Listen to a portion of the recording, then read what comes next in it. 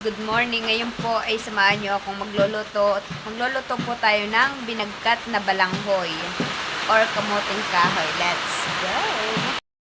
Galing sa bundok, yan po ay kahuhukay ni Papa. Yan po ay kahuhukay ni Papa. Hindi na po ako sumama at dito po sa amin ay may bagyo. Masama po ang panahon ngayon, kaya po si Papa na lang kumuha. Ako po galing sa bundok. Ayan po, kahuhukay pa po yan. Oh. Kahuhukay po yan ngayon. Hindi ko lang po na-video at gawa ng napakasama po ng panahon ngayon. Kaya ako na lang po magluluto. Tatalopan ko po yan mamaya.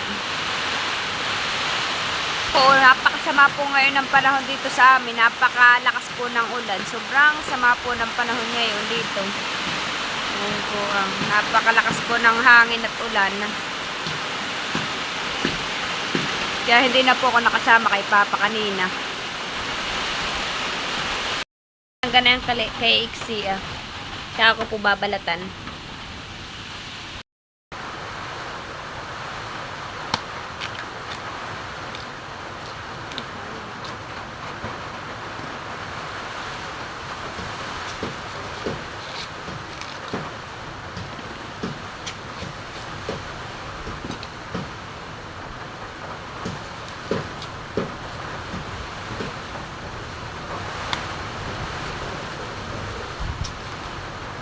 Sabi, masarap merienda lalo na po ngayon at maulan.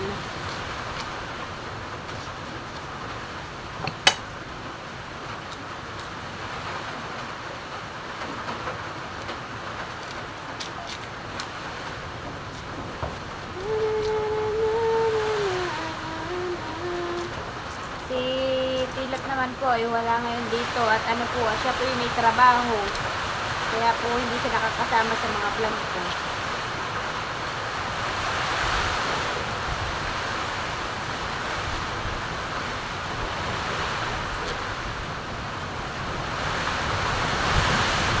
Napakalakas po dito ng hangin.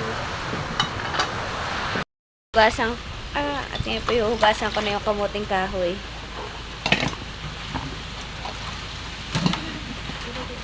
Saka ko po ang tatadta rin ng pino para sa binagkat.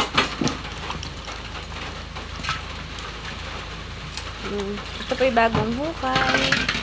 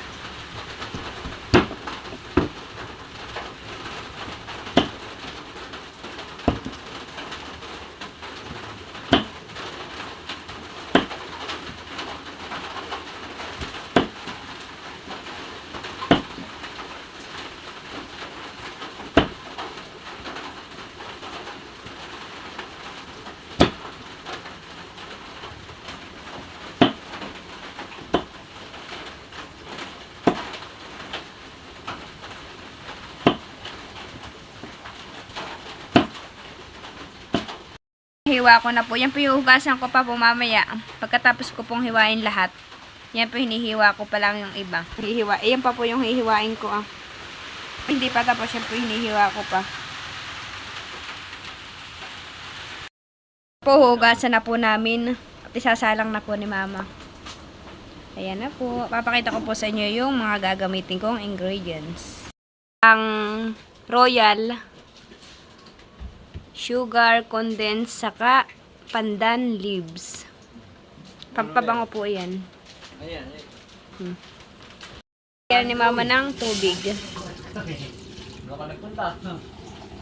Yan po ay pakukuluin namin at saka po ibubuntog yung kamuting kahoy. basong tubig. 2 basong tubig po yan. Natano po. Ilalagay po yung asukal. Asukal na kalahating kilo. Plus, oh. Hindi pa iyan. May buntok mo na ito ah. Pandan. At inilagay po ni mama yung pandan. Yan po yung pampabango. Pandan leaves. At nilagyan po ni mama ng konting asin. Para po para po malinamnam ang lasa niya.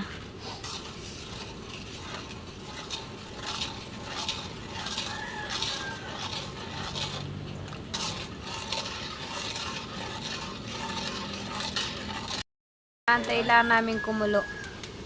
Yung pagay na sugat na. Nakulo na po yung aming bubuntogan ng kamuting kahoy. Ipapalaputin namin, saka po ibubuntog yung kamuting kahoy.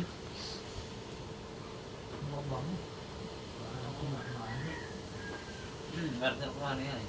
Kulo na po yung tubig. At saka po ni mama ibubuntog yung kamuting kahoy, balanghoy.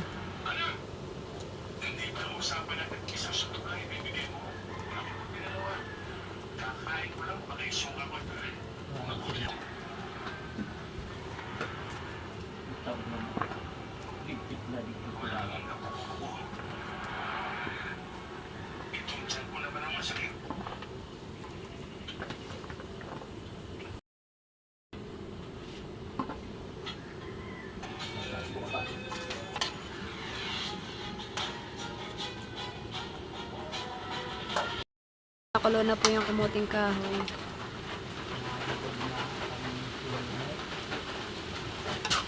Buntog na ni mama yung royal.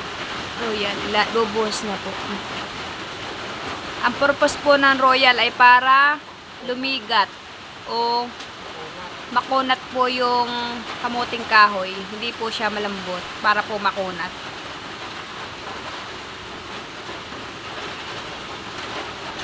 Ayan na po.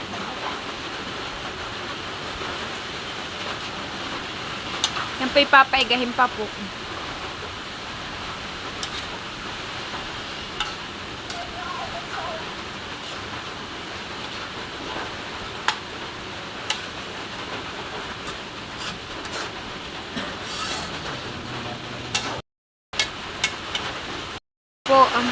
Naiiga na po yung binagkat na balanghoy o kamuting kahoy.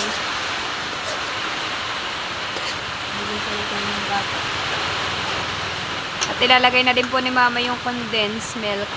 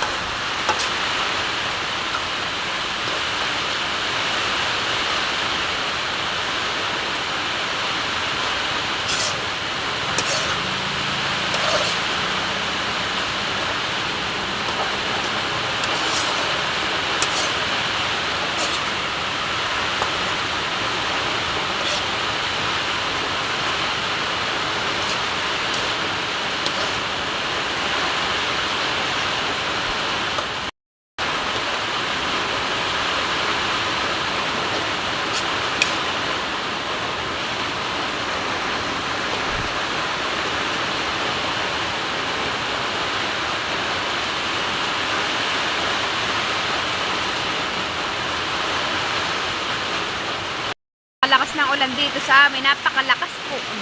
Kangay na pa po yan. Simula ngayon. Ahon na po ni mama yung binagkat.